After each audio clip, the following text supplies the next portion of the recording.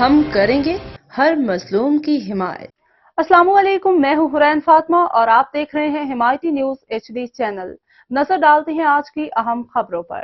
تھانہ سکھن پولیس کی بروقت کارروائی، قتل میں ملوث مرکزی ملزم گرفتار، کراچی وقار بھٹی کی رپورٹ۔ تھانہ سکھن پولیس نے قتل کے ایک اندوہناک واقعے میں ملوث مرکزی ملزم کو چند گھنٹوں کے اندر ہی گرفتار کر کے اہم کامیابی حاصل کر لی۔ تفصیل کے مطابق گزشتہ شب تھانہ سکھن کی حدود میں پاکستان مشین ٹول فیکٹری کے قریب ملزم دانش حمایتی نے مقتول قائم دین کو چھریوں کے وار سے قتل کر دیا تھا۔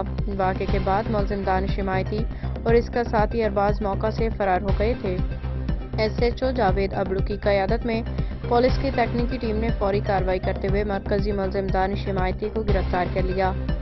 گرفتار ملزم عادی منشیات فروش ہے اور 2 دن قبل ہی ملیر جیل سے رہا ہو کے آیا تھا۔ دوسری جانب ملزم کے ساتھی ارباز کی گرفتاری کے لیے پولیس مختلف کارروائیاں کر رہی ہے۔ یہ واقعہ کراچی کے ضلع ملیر کی بینس کالونی میں پیش آیا۔ SHO جاوید ابڑو نے کامیاب کارروائی سے نہ صرف علاقے میں تحفظ کا احساس اجاگر کیا بلکہ قاتل کو قانون کے کٹہرے میں لانے کی مثال قائم کی۔ پولیس کا کہنا ہے کہ تحقیقات جاری ہیں، مفرور ملزم کی جلد گرفتاری کے لیے چھاپے مارے جا رہے ہیں۔ بینس کالونی میں ڈکیتی مزاحمت پہ قتل ہونے والے نوجوان قائم الدین خاصخیلی کی لاش حالہ روانہ کر دی گئی۔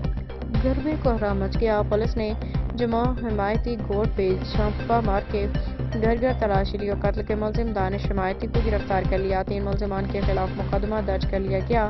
مقتول نوجوان قائم الدین خاصخیلی کے بھائی کی مدعیت میں گرفتار ملزم دانش حمایتی، نبیل حمایتی، عدنان حمایتی کے خلاف ڈکیتی اور قتل کا مقدمہ درج کیا گیا۔ 2 ملزمان ابھی تک فرار۔ ورثاء کا کہنا ہے کہ لٹیروں نے ظلم کیا، ہمارا نوجوان راستے سے جا رہا تھا تو 70,000 سے زائد نقدی چھین کے اسے چھریوں کے وار کر کے قتل کیا۔ تمام قاتلوں کو گرفتار کیا جائے۔ پولیس کا کہنا ہے کہ مرکزی ملزم دانش حمایتی کو گرفتار کر لیا گیا ہے، باقی ملزمان کی گرفتاری کے لیے چھاپے مارے جا رہے ہیں۔